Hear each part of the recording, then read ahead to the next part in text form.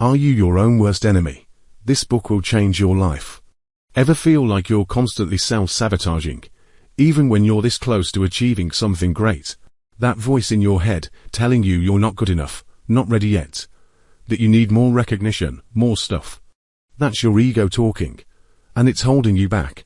This book, Ego is the Enemy, exposes the sneaky ways ego ruins our ambitions, our success, and even our ability to bounce back from failure. Welcome to the part 2 of this episode.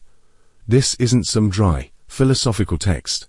This book is essential for anyone who wants to do great work, especially for you, the mindful, self-driven generation who wants to make a real impact on the world. Let's learn how to manage our ego so we can unleash our full potential. Part 1.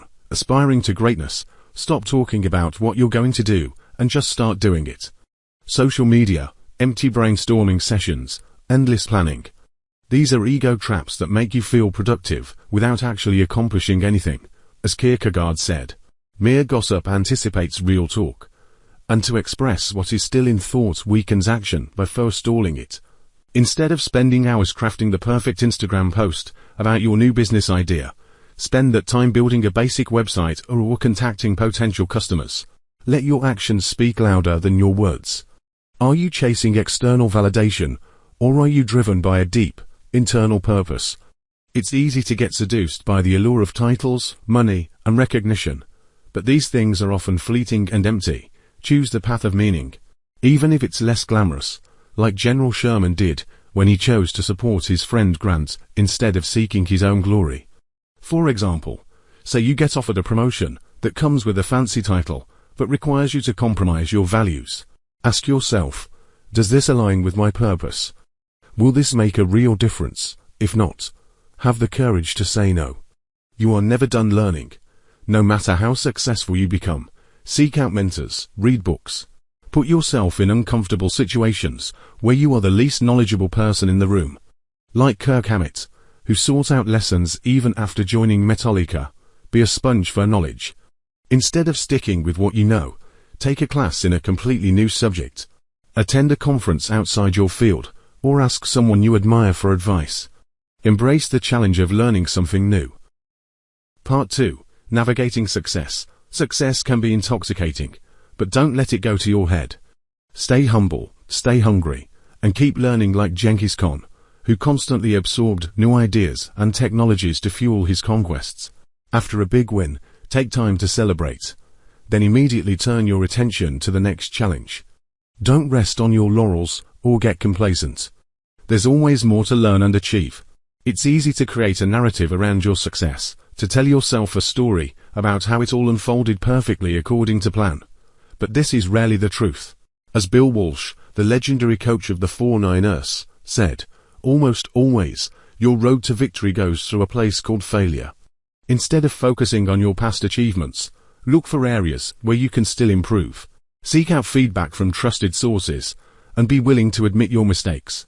Success often brings new opportunities and temptations that can pull you away from your core values.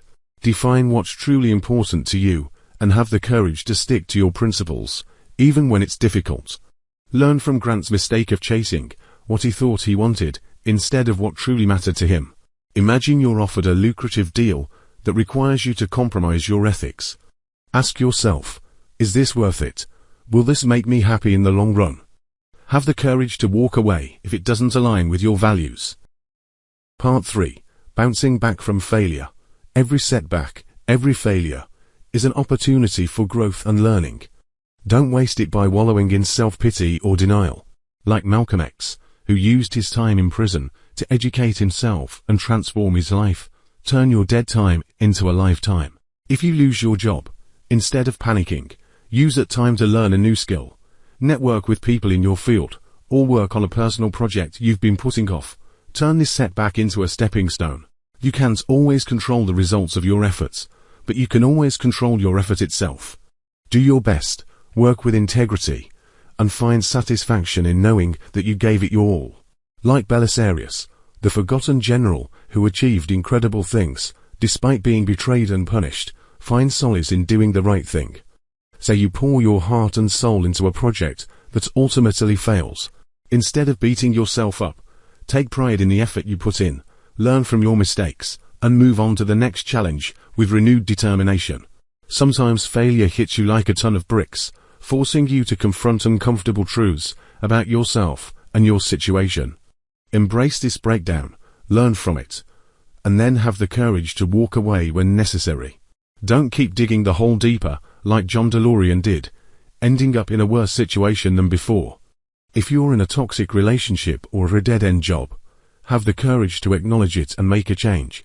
It might be painful in the short term, but it's essential for your long-term well-being and growth. This book will teach you how to use your ego as fuel, instead of letting it become your downfall. It's a journey of self-discovery and empowerment, and it starts with recognizing that ego is the enemy. Are you ready to fight back? Thank you for listening to our exclusive guide. Please do like and subscribe for more valuable contents.